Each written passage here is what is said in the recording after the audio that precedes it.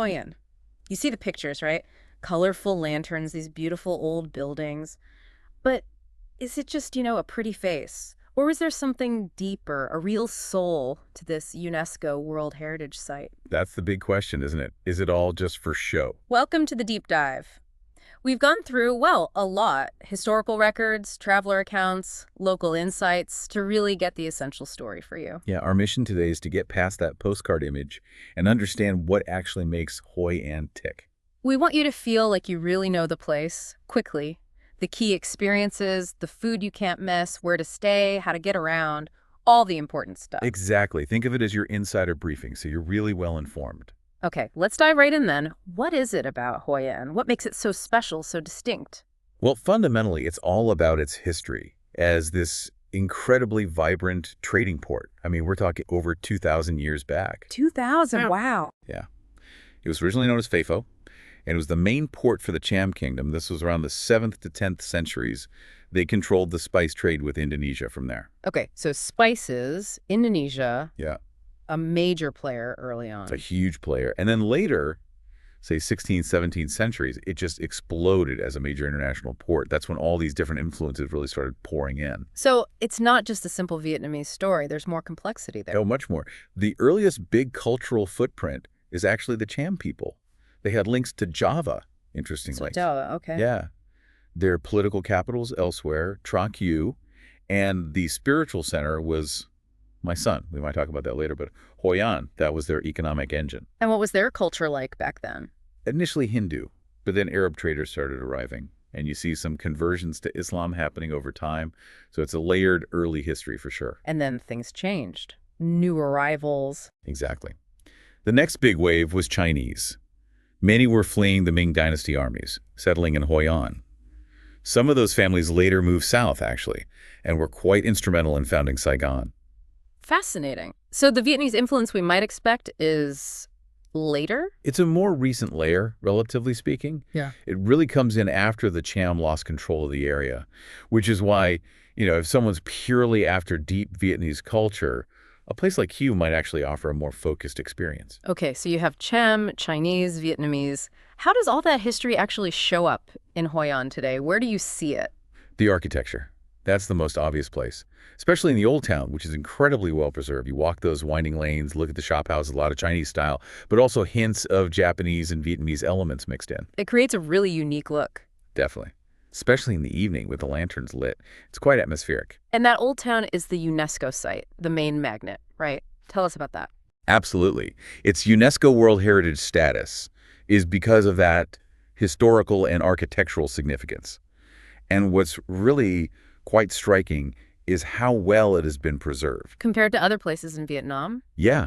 I mean, look, many buildings are now tourist shops, restaurants, tailor shops. That's a big shift from when people lived there generation after generation. Right. But the actual structures, the architecture itself has largely been maintained. They've been pretty careful with renovations, avoiding those big concrete blocks you see elsewhere. That's good to hear. It makes a difference. Tran Phu Street is sort of the main drag through it. And then you've got the islands, An Hoi and Cam Dam, just over the bridges across the Phu Ban River. Also worth exploring. But that UNESCO status, it brings people, which is good for business, but does it change the place too much? That's the constant tension, isn't it? The UNESCO listing in '99 definitely put Hoi An on the global map. Tourism boomed. And the impact. Well, it meant a lot of the old family homes got sold off, turned into businesses. Yeah. So that original community fabric, the culture that grew up there, a lot of it is, frankly, gone, replaced by commerce. A trade-off. It is. It really raises questions about how you balance preserving heritage with the economic reality of tourism. Hoi An also has a UNESCO Biosphere Reserve status for the surrounding area, Cham Islands and such, but some observers question how actively that's being managed and really cherished on the ground. Interesting. Okay, so besides the history and architecture, the other thing everyone mentions is tailoring, right? Yeah. Clothes, shoes. Oh, yeah, absolutely. Hoi An is famous for it.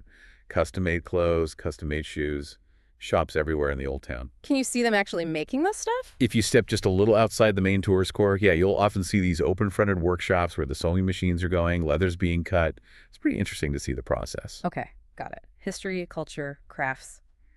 Now, for someone planning a visit, what are the absolute must-do experiences?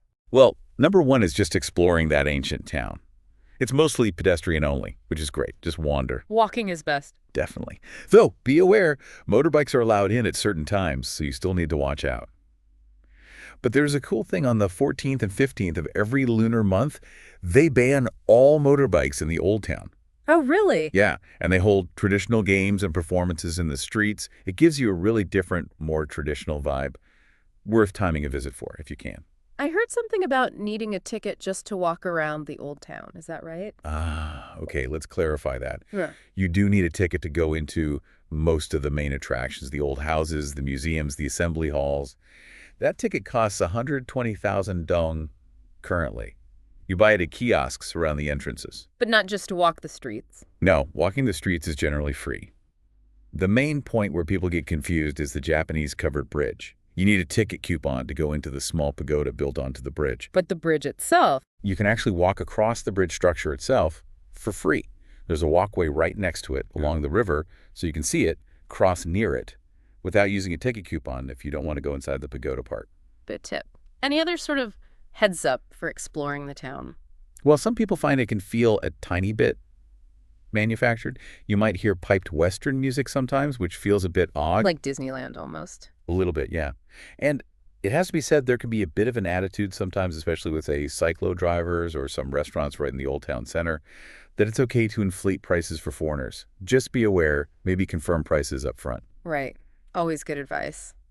So that 120,000 dong ticket, what exactly does it get you access to? Okay, so it gives you 5 little coupons. Use 1 coupon per entry for a selection of sites.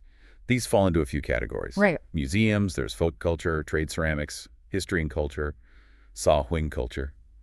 Then there are 3 preserved old houses you can visit: Feng Hung, Quan Thang, and Tan Kai House, which is really interesting for its Japanese and Chinese design mix. Okay, museums, houses, what else? Several assembly halls built by different Chinese communities. The Cantonese one is super ornate, Oaking Hall. These really show that historical Chinese merchant presence. And then there are intangible culture options, Meaning? like the Hoi and Handicraft Workshop. They often have folk music shows. Sure. Or the traditional theater. 1 coupon can also get you into either the Japanese Bridge Pagoda or the Kwang Kong Temple. So you choose 5 things from that list. That's quite a lot for the price. Any personal recommendations from that list? Things you shouldn't miss? The Japanese bridge is iconic, even just seeing it from the outside.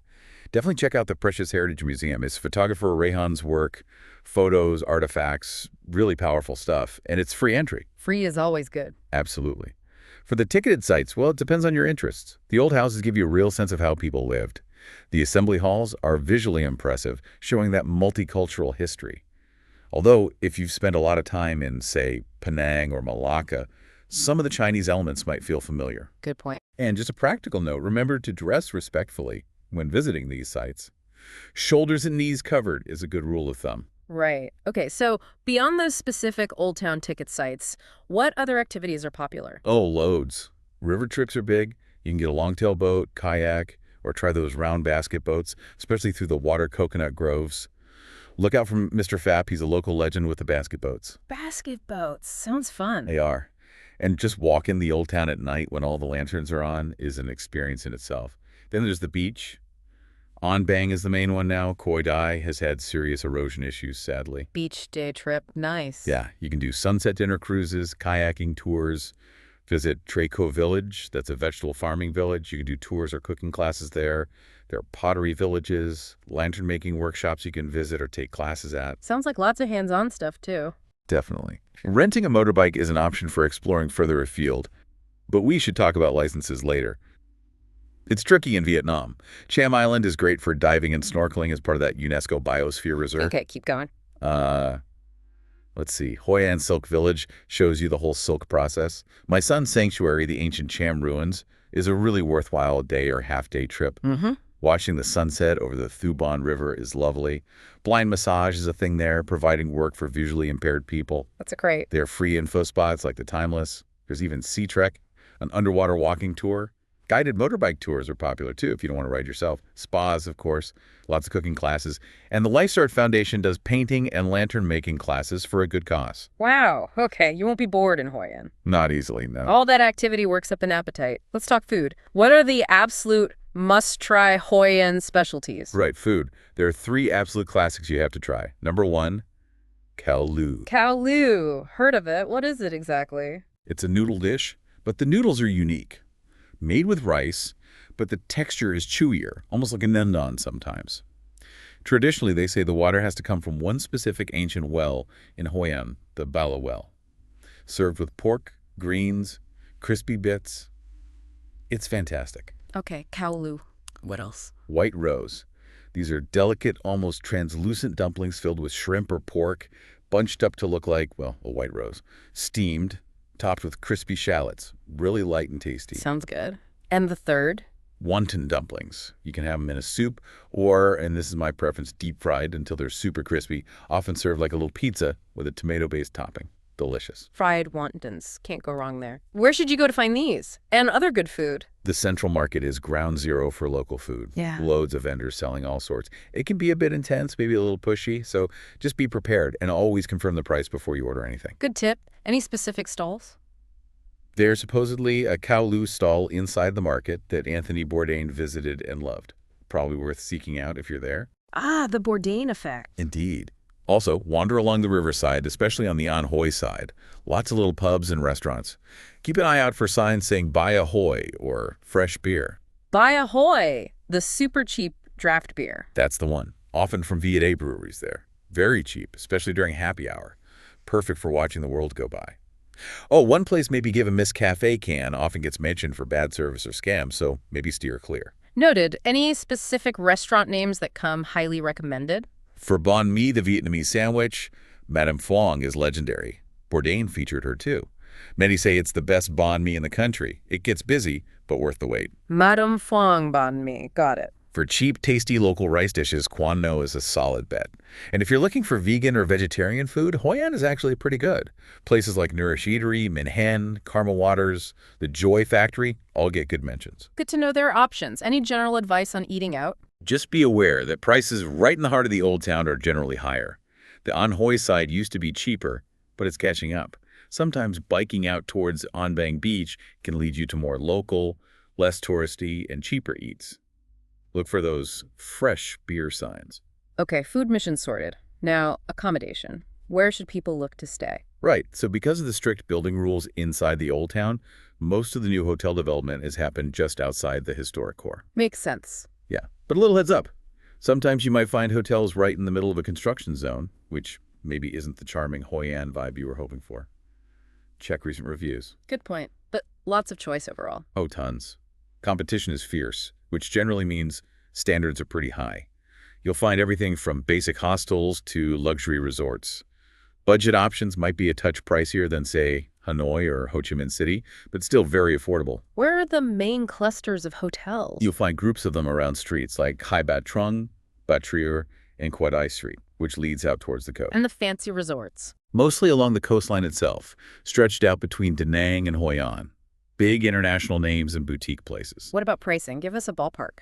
You might find a super basic dorm bed for maybe $6 USD, but realistically, budget private rooms or homestays are probably more like $10 to $30. Mid-range, think comfortable boutique hotels, maybe $30 to $80. And then splurge options, nice villas, resorts, you're looking at $100 USD and upwards. Any tips for getting a deal? Sometimes, if you arrive later in the day, towards the evening and haven't booked, you might find hotels more willing to bargain to fill empty rooms. Worth a try if you're flexible. Okay, accommodation covered. How about getting around Hoi An and the surrounding area? Inside the ancient town itself, your feet, walking is definitely the best way. And outside the old town? To the beach, for example? Bicycles are fantastic. Easy to rent, cheap, and great for reaching An Bang Beach or exploring the little villages nearby. Traffic isn't too crazy once you're out of the main towns. What about taxis? Yep, they're available. Metered taxis.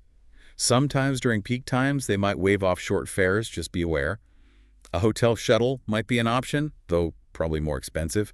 A typical 15-minute local ride might be around 60,000 dong, give or take. And motorbike taxis? It's always an option, yeah. Just agree on the price beforehand. You can also rent electric bicycles now. Those are becoming popular. And for the river, you can charter boats too. Now, about renting your own motorbike, you mentioned a caution earlier. Right. This is important. You can rent motorbikes easily. But your standard international driving permit, the one you get from AAA or wherever, it's technically not valid for riding in Vietnam. Really? So my home license or an IDP doesn't count? Officially, no. You need a Vietnamese license or a specific type of IDP that conforms to Vietnamese regulations, which most standard ones don't. The issue is, if you have an accident, even if it's not your fault, driving without the correct license can mean you're automatically considered at fault. And insurance implications. Exactly. Your travel insurance might be invalidated if you were riding illegally. It's a risk you need to weigh up. Helmets are absolutely mandatory. By the way, police do fine people for not wearing them. Okay, definitely something to think carefully about. What about getting to Hoi An, say from Da Nang Airport or train station? From Da Nang Airport, probably the easiest is using a ride-hailing app like Grab. Or you can pre-book a private car. Just agree on the price firmly beforehand. There are also shuttle bus services like Hoi An Express. And from Da Nang train station? You can catch the public yellow bus, number 1 or maybe number 9 now too. It's cheap, like 25,000 dong. But again, watch out for conductors trying to overcharge foreigners, insist on the correct fare, maybe have small change ready. Taxis or shared taxis are also options from the station. And getting to other cities from Hoi An, Hue, Hanoi. Lots of travel agencies in Hoi An sell bus tickets. You've got the open tour buses, Sin Cafe, Han Cafe, those kinds of companies that run up and down the coast. Private buses too. Plenty of options. Let's talk money. Can you give us a rough idea of daily costs for different types of travelers? Sure. Let's break it down. If you're on a tight budget, staying in hostels, eating mostly street food, maybe renting a bicycle, sticking to free activities, you could probably manage on around, say, 20 to 40 US dollars a day. Okay, backpacker style. What about mid-range? Mid-range, maybe you're in a comfortable homestay or a decent hotel, eating a mix of street food and restaurant meals, maybe taking a taxi now and then, doing a paid tour or class. You're probably looking at $50 to $100 a day. And for more comfort, maybe a resort stay. Yeah, if you're staying in nicer boutique hotels or resorts, eating out more, perhaps using private transport, taking several tours, then your budget could easily be $120 USD a day, or quite a bit more, depending on how luxe you go. Any quick tips for saving money there? Definitely eat local food street stalls, and markets are much cheaper. If you're getting clothes made, don't be afraid to politely negotiate the price. And using bicycles instead of taxis for local trips saves a lot. Makes sense. Okay, nearly there. When is the absolute best time to visit Hoi An, weather-wise? The sweet spot is generally the dry season, which runs roughly from March through to September. You'll get the most sunshine, less humidity. It's pretty ideal then. What about the shoulder seasons? February and October can be really pleasant too. Still decent weather, but potentially fewer crowds than the peak summer months. And when should you maybe avoid? The main rainy season is October to January. You can get heavy downpours, and Hoi An is prone to flooding, sometimes quite severely in the Old Town. So if you can avoid those months, it's probably wise. Good to know. So wrapping things up, Hoi An seems like this incredible blend of history, different cultures, beautiful sights, and lots to do. Absolutely. It's a place where you can really feel the layers of history, see the influences from China, Japan, Vietnam, even further afield. You can get amazing crafts made, eat incredibly unique local food. And just soak up that atmosphere, especially with the lanterns. Exactly. The Old Town preservation is key, despite the tourism pressures. And people generally find the locals very welcoming. There's a strong sense of community and pride in their heritage, even with all the changes. Okay, so beyond the beauty, beyond the checklist of things to do, what's the final thought we should leave people with about Hoi An? Maybe it's about considering what happens when a place with such a rich, specific history becomes a global tourism hotspot. How does it adapt? What's gained, what's potentially lost or changed forever? How does a place keep its soul while welcoming the world? Precisely. It's something to ponder as you wander those ancient streets. What lasting impression does Hoi An leave beyond the photos? It's something for you to discover. Thanks for joining us on this deep dive.